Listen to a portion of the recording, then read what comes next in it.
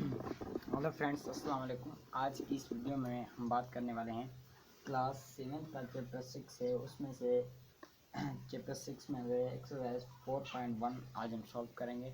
उसका जो पहला पार्ट है आज मैं वो आपको सॉल्व करके उसके 2 से 3 प्रॉब्लम आपको करके दिखाने वाला हूँ।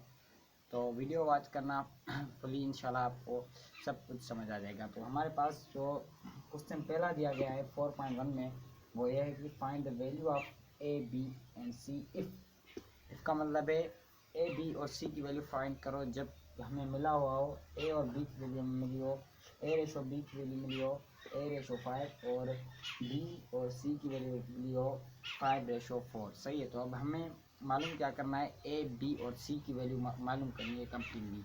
तो करना क्या है, सबसे पहले हमको सॉल्यूशन लिखना है। सही है। उसके बाद क्या करना है, कुछ भी मुश्किल नहीं है, सब कुछ ये कुछ ज़्यादा कोई प्रॉब्लम को बड़ी नहीं है, कोई ये सारे पेज नहीं भर जाएंगे, बस सिंपल प्रॉब्लम है। आप कंप्लीट वीडियो को वॉच करो, इंशाल्लाह आपको सब कुछ समझ आ जाएगा। तो सही है। सबसे पहले हमें दिया गया है और ए और बी की वैल्यू 4 और 5। सही है। और बी और सी की वैल्यू 5 और 4, मतलब 4 की वैल्यू क्या होगी 5 हुई और सी की वैल्यू क्या होगी 4 होगी। सही है। यहाँ पर क्या होगा, ए की वैल्यू 2 हो गई और बी की वैल्यू 5 होगी। सही है। ये बात क्लियर है। आगे बढ़ते हैं। अब जो यहाँ पर बी की वैल्यू क्या है 5 है और यहाँ पर बी की वैल्यू यहाँ पर भी 5 है। तो करना क्या है, हमको ए अपॉन बी लिखना है। सही है। इनकी जो वैल्यू है वो यहाँ पर लिखेंगे। तो ए की वैल्यू क्या है 5 है और बी की वैल्यू क्या है, ए की वैल्यू 2 है और बी की वैल्यू 5 है। सही है। अब हमने ये लिख लिया और यहाँ पर लिखेंगे B upon C is equal to, B की वैल्यू क्या है 5 है और सी की वैल्यू क्या है 4 है। सही है। अब हमने ये लिखना है। अब क्या करना है हमें, अब यहाँ पर ये जो बी की वैल्यू है और यहाँ पर बी की वैल्यू है, यहाँ की जो बी है उसको मल्टीप्लाई करना है इस वैल्यू से और यहाँ की बी को मल्टीप्लाई करना है इस वैल्यू के साथ। सही है। मतलब कि ये जो बी है ये इस रकम के साथ मल्टीप्लाई होगी और ये यहाँ पर ये जो बी है वो इस रकम पूरी रकम के साथ मल्टीप्लाई होगी। सही है। तो ये ऊपर वाला मैं मिटा देता हूँ।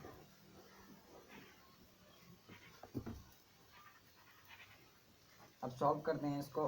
तो यहाँ पर बी क्या है, यहाँ पर जो बी है वो 5 है। तो इस 5 को इस पूरी रकम के साथ हमने मल्टीप्लाई कर देना है। सही है। अब मल्टीप्लाई करते हैं। यहाँ पर है 5/4। सही है।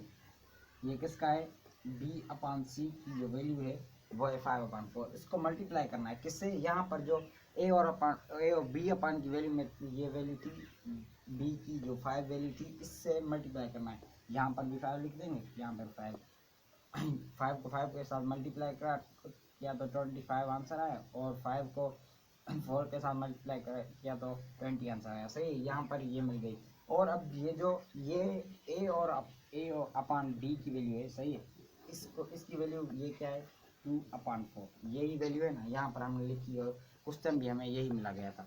सही। तो इसको मल्टीप्लाई करना है यहाँ पर ये जो बी था उसके साथ, मतलब बी क्या 5 था, इससे हम मल्टीप्लाई कर देंगे। यहाँ पर 5 आएगा, यहाँ पर भी इसको 5 को 2 के साथ किया तो आ गया 10, 5 के 25 आ गया। सही है। अब प्रॉब्लम हल हो गया।